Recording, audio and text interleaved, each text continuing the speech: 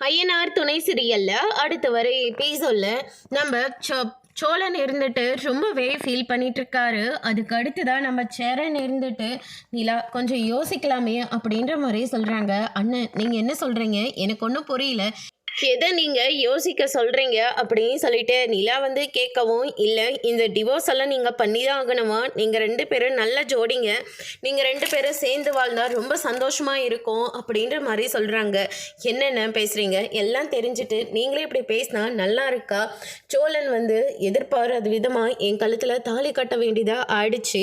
அவருக்கும் சில கனவுகள் இருக்கும், எனக்கும் சில கனவுகள் இருக்குது.